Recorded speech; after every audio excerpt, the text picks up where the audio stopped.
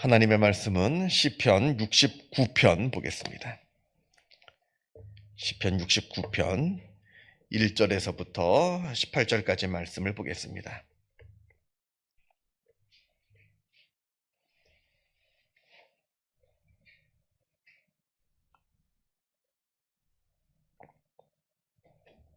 시편 69편 1절에서부터 18절까지 말씀 같이 한 목소리로 읽겠습니다. 하나님이여 나를 구원하소서. 물들이 내 영혼에까지 흘러 들어왔나이다. 나는 설 곳이 없는 깊은 수렁에 빠지며 깊은 물에 들어가니 큰 물이 내게 넘치나이다. 내가 부르짖음으로 피곤하여 나의 목이 마르며 나의 하나님을 바라서 나의 눈이 쇠하였나이다. 까닭없이 나를 미워하는 자가 나의 머리털보다 많고 부당하게 나의 원수가 되어 나를 끊으려 하는 자가 강하였으니 내가 빼앗지 아니한 것도 물어주게 되었나이다. 하나님이여 주는 나의 우매함을 아시오니 나의 죄가 주 앞에서 숨김이 없나이다. 주 만군의 여호와여 주를 바라는 자들이 나를 인하여 수치를 당하게 하지 마옵소서. 이스라엘의 하나님이여 주를 찾는 자가 나로 말미암아 욕을 당하게 하지 마옵소서. 내가 주를 위하여 비방을 받았사오니 수치가 나의 얼굴을 덮었나이다. 내가 나의 형제에게는 객이 되고 나의 어머니의 자녀에게는 낯선 사람이 되었나이다. 주의 집을 위하는 열성이 나를 삼키고 주를 비방하는 비방이 내게 미쳤나이다. 내가 곡하고 금식하였더니 그것이 도리어 나의 욕이 되었으며 내가 굵은 배로 내 옷을 삼았더니 내가 그들의 말거리가 되었나이다. 성문에 앉은 자가 나를 비난하며 독주에 취한 무리가 나를 두고 노래하나이다. 여호와여 나를 반기시는 때에 내가 주께 기도하오니 하나님이여 많은 인자와 구원의 진리로 내게 응답하소서. 나를 수렁에서 건지사 빠지지 말게 하시고 나를 미워하는 자에게서와 깊은 물에서 건지소서. 큰 물이 나를 휩쓸거나 깊음이 나를 삼키지 못하게 하시며 웅덩이가 내 위에 덮쳐 그것에 입을 닫지 못하게 하소서. 여호와여 주의 인자하심이 선하시오니 내게 응답하시며 주의 많은 긍휼에 따라 내게로 돌이키소서. 주의 얼굴을 주의 종에게서 숨기지 마소서. 내가 환난 중에 있사오니 속히 내게 응답하소서. 내 영혼에게 가까이 하사 구원하시며 내 원수로 말미암아 나를 속량하소서. 아멘. 오늘 시는 다윗의 시이고요. 그리고 소사님의 맞춘 노래 이렇게 되어 있습니다. 아마 여러분들이 보시는 성경에도 보면 가로 1번 이렇게 되어 있어가지고 보면 백합화곡조 이렇게 되어 있을 겁니다. 그래서 백합화곡조라는 게 원래 있고 그 곡에 맞춰서 이 시를 노래 불렀다 이렇게 우리가 추측할 수가 있습니다. 오늘 시편을 다 읽지는 않았습니다만 오늘 시편은 내용상 탄식시로 분류되어 있습니다. 다윗이 하나님 앞에 탄식하며 기도하는 내용이 이제 오늘 시편에 그리고 쭉 나오게 되는데, 자 1절을 보게 되면 다윗이 아주 다급한 목소리로 하나님이여 나를 구원하소서 이렇게 노래하고 있습니다. 첫 문장이 첫 마디가 다른 이야기가 필요 없습니다. 다른 복잡하게 이런저런 미사 여구가 들어간 게 아닙니다. 나의 하나님이여 나의 산성이시여 그런 말도 지금 나오지 않고 그냥 첫 마디가 하나님이여 나를 구원하소서입니다. 얼마나 다급하면, 얼마나 지금 다윗이 당하고 있는 위기가 급하고 아주 심각한 위기였으면 첫 마디가 하나님 나를 구원하소서, 하나님 살려주세요입니다. 우리도 종종 그럴 때가 있을 겁니다. 너무나 급한 나머지 보통 우리가 이제 기도할 때, 특히 예배, 공적인 예배 때 기도할 때는 보통 이 형식이 있습니다. 근데 공적인 예배 때 쓰는 기도의 형식이고, 그러나 너무나 다급할 때는 그 형식이 필요 없습니다. 하나님 살려주세요입니다. 아니면 그 말도 못해서 그냥 주여 할 때가 있습니다. 지금 다윗이 지금 그 심정이 그러하다는 겁니다. 그러면서 이야기하는 것이 물들이 내 영혼에까지 흘러 들어왔다. 이건 이렇게 마실 수 있는 그 좋은 물, 하늘에서 내려오는 단비 그런 물이 아니라 홍수의 상황입니다. 물이 지금 나에게 막 쳐들어오고 있는 거예요. 막 밀려 들어오고 있는 겁니다. 2절을 봐서도 나는 설 곳이 없는 깊은 수렁에 빠지며 깊은 물에 들어가니 큰 물이 내게 넘치나이다. 이렇게 되어 있습니다. 우리가 보통 성경에서 읽을 때 큰 물, 뭐 큰 호수나 큰 바다나 큰 강이나 이런 큰 물은 성경에서 볼 때 종종 죽음을 상징합니다.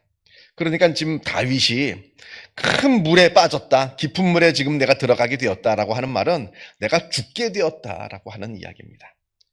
아주 심각한 상황이죠. 아주 심각한 상황에 지금 다윗이 놓여 있는 것을 우리가 보게 됩니다. 뭐 구체적으로 이게 무슨 상황인지는 우리가 알 수 없습니다만 위기 가운데 지금 놓여 있다 하는 겁니다. 참 다윗을 보면 다윗은 참 위기를 많이 겪은 사람이에요. 다윗을 보면 뭐 어릴 때부터 하나님께서 보호해 주셔서 골리앗도 이기고 뭐 승승장구해서 뭐 왕이 되고 뭐 이렇게 장수하다가 죽은 그렇게 아주 태평한 삶을 사는 것처럼 보입니다만 우리가 시편을 읽어보면 다윗이 얼마나 하나님 앞에 탄식하면서 괴로웠던 날들이 많았는지 보게 됩니다. 근데 우리 인생이 다 이래요. 나만 괴로운 거 아닙니다. 내가 부러워하는 사람도 다 괴로운 거예요. 그래서 다윗도 참 힘든 삶을 살았다 하는 것도 우리가 시편을 통해서 추측할 수가 있습니다. 자, 이렇게 다윗이 하나님 앞에 참 어려운 일들, 자기의 생명이 위태로운 그 위기 가운데 탄식하면서 기도하고 있는데 이 위기보다 더 큰 문제는, 더 심각한 문제는 이러한 상황에서 벗어날 힘이 없다는 거예요. 심지어는 하나님께 기도할 그 힘도 다 빠져버렸습니다. 완전히 지쳤습니다. 완전히 녹초가 되어가지고 어떻게 해야 될지 발버둥 칠 힘도 없고 하나님께 기도할 여력도 없습니다. 3절을 보면 내가 부르짖음으로 피곤하여 나의 목이 마르며 나의 하나님을 바라서 나의 눈이 쇠하였나이다. 하나님께 기도할 힘도 이제는 없어요. 하나님께 하도 열심히 기도를 했는데 아직 응답이 오질 않았습니다. 그렇게 부르짖었음에도 아직 응답이 오질 않았어요. 그래서 이제는 내가 하나님께 부르짖을 힘도 없다. 지금 이렇게 다윗이 탄식하고 있습니다. 그러면서 지금 자기를 공격하고 있는, 자기를 위협하고 있는 저 나의 대적들이 지금 머리털보다 많다 합니다. 지금 완전히 온 사방이 나를 무너뜨리려 하고 나를 넘어뜨리려 하고 나를 죽이려고 하는 사람들로 가득 채워져 있다는 거예요. 내 주변 상황들이. 지금 이 상황이 전쟁터에서의 상황인지 아니면 궁궐 암투인지 그건 잘 모르겠습니다만 어쨌든 주변에는 나를 죽이려고 하는 대적들로 가득 채워져 있다. 머리털보다 많다. 지금 이렇게 고백합니다. 자, 이런 위기 속에서 다윗의 이제 위대한 점이 나오는데요. 그건 바로 자기 자신을 돌아보는 겁니다. 그냥 내 주변에 있는 것들에 겁에 질려가지고 하나님께 소리지만 지르는 것이 아니라 이 어려움이 어디서부터 온 것인지, 혹시 나의 잘못은 없는지, 내가 잘못했기 때문에 이러한 어려움이 온 것은 아닌지 자기 자신을 되돌아보게 되는데 그게 이제 5절에 나옵니다. 이게 지혜로운 사람만이 할 수 있는 것인데 5절을 보게 되면 다윗이 하나님 앞에 회개합니다. 자기의 우매함을 또 회개합니다. 그리고 자기의 죄도 회개합니다. 그러니까 남의 탓만 다 하는 것이 아니에요. 우리가 보통 어려운 일이 생기면 남 탓을 합니다. 또 심지어는 하나님 탓도 해요. 그러나 이것은 어쩌면 나의 잘못 때문에 온 것인지도 모르겠다 하면서 자신의 우매함과 자신의 잘못을 되돌아보면서 하나님께 다 용서하여 주옵소서. 그리고 비록 나의 죄가 이렇게 우매함도 많고 죄도 많지만 그럼에도 불구하고 하나님은 나를 구원하여 주옵소서. 이렇게 5절에서 지금 간절하게 기도하고 있는 겁니다. 이게 바로 이제 믿는 자의 모습이죠. 우리가 늘 하나님 앞에 우리 죄를 숨기지도 말아야 할 것이고, 그러나 또 우리에게 죄가 많다고 해서 하나님께서 우리를 버리시지도 않습니다. 회개하면 용서하여 주시고 다 받아주시는 그 놀라우신 하나님의 은혜도 또 우리가 기억해야 되고요. 그래서 내 죄를 숨기지도 말아야 될 것이고, 그리고 하나님의 그 용서하시는 은혜도 우리가 잊지 말아야 되는 겁니다. 그래서 하나님께 나아가서 기도해야 되는 것이고요. 자, 이제 쭉 이렇게 내려와서 8절을 보게 됩니다. 8절을 보면 내가 나의 형제에게 객이 되고 나의 어머니의 자녀에게는 낯선 사람이 되었다 하라고 되어 있는데 아마 여기서 나오는 형제라고 하는 것은 진짜 친형제를 말하는 것은 아니고요. 친구들, 형제처럼 지냈던, 아주 가까이 지냈던 사람들인 것 같습니다. 그것을 말하는 것 같은데, 아마 지금 다윗이 처해져 있는 이 어려움이라고 하는 것이 궁중암투, 궁궐암투가 아니겠는가. 그래서 그 정치적인 대적들, 정치적인 정적들이 아니겠는가. 지금 이 다윗을 치려고 하는 사람들이. 그래서 이전까지는 나의 편이고 나와 함께하고 나의 친구인 줄로 알았던 사람들이 이제는 나를 배신하고 나를 죽이려 하고 그러한 상황이 되었다. 지금 이 이야기를 하는 것 같습니다. 8절을 보게 되면 자, 이러한 위기 가운데서 다윗이 하나님께 울부짖으면서 기도를 하고 있는데 10절을 보게 되면 내가 고글하고 하나님 앞에 고글하고 금식하였더니 저들은 지금 나를 욕하고 있고 11절 내가 굵은 베옷을 입고 기도하니까 저들은 지금 나를 말거리로 삼고 있다. 이렇게 다윗이 탄식하고 있습니다. 지금 온통 주변에 자기를 죽이려고 하는 사람들, 자기를 넘어뜨리려고 하는 사람들로 가득 채워져 있습니다. 정말 큰 위기가 닥쳐왔어요. 이때 다윗이 하나님께 울부짖으면서 막 기도하니까 그 대적들이, 그 정적들이 지금 다윗을 조롱하고 있는 겁니다. 저거 봐라, 저 다윗 봐라. 저거 지금 쩔쩔매고 있다. 지금 조롱하고 있는 거예요. 내가 하나님께 곡하고 금식하였더니 저들은 나를 욕하고 있고 내가 굵은 베옷을 입고 하나님께 울며 탄식하며 기도하니까 저들은 나를 말거리로 삼았다는 거예요. 그러니까 막 나를 놓고 막 이야기를 한다는 얘기입니다. 심각한 상황이죠. 우리가 전에 봤던 시편 42편에도 이런 구절이 나옵니다. 사람들이 종일 내게 하는 말이 네 하나님이 어디 있느냐. 이게 마음에 큰 상처거든요. 내가 하나님께 기도하는데 하나님의 응답은 더뎌요. 금방 응답이 되지 않습니다. 그러니까 난 그것만으로도 괴로운데 주변 사람들이 나를 조롱하는 겁니다. 하나님은 없다는 거예요. 네가 그렇게 열심히 기도해봤는데 응답이 있느냐? 지금 너는 헛고생을 하고 있다.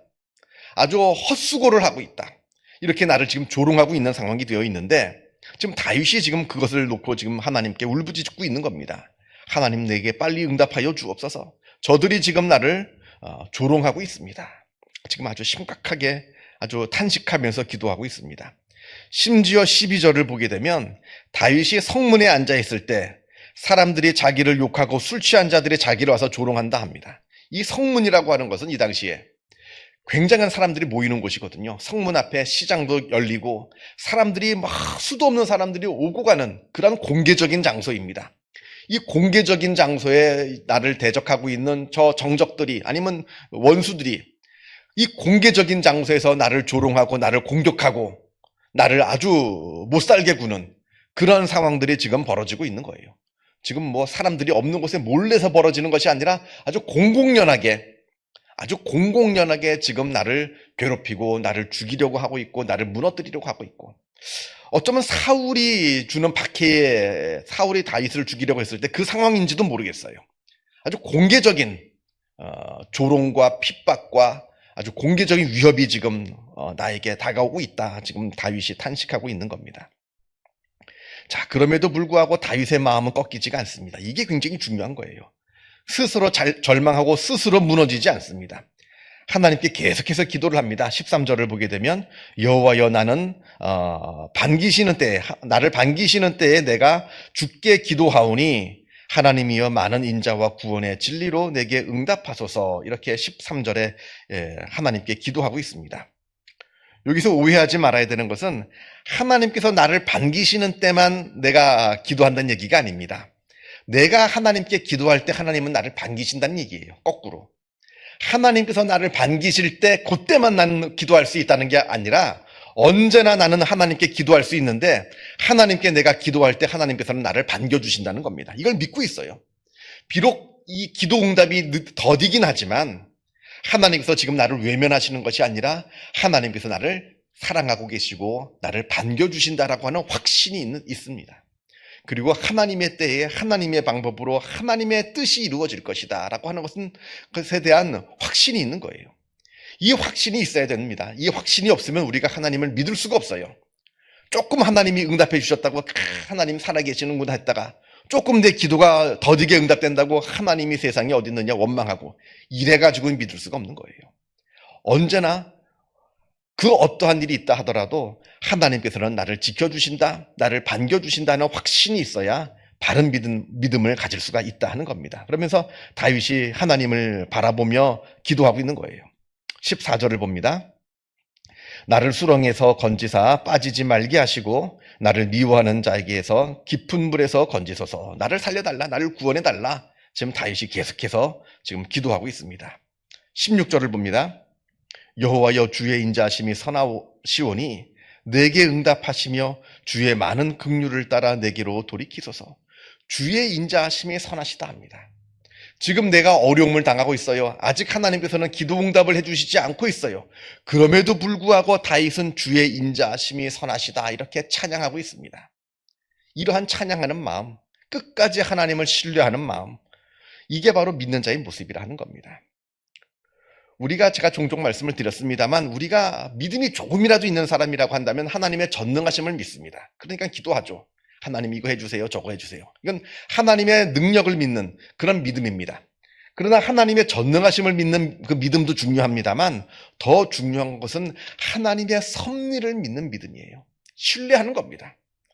지금 비록 나에게 어려움이 있다 하더라도 내 기도가 비록 지금 당장 이루어지진 않는다 하더라도 하나님은 전능하신 하나님이시고 하나님은 선하신 하나님이시고 하나님은 나를 사랑하시는 하나님이시고 하나님의 때에 하나님의 방법으로 나를 지켜주실 것이다. 내가 지금 당장은 이 어려움이 있다 하더라도 하나님의 섭리가 분명 나를 지켜주실 것이다 라고 하는 그 섭리에 대한 믿음이 있어야 진정한 믿는 자가 믿음이 된다 하는 것을 우리가 이 말씀을 통해서 보게 됩니다.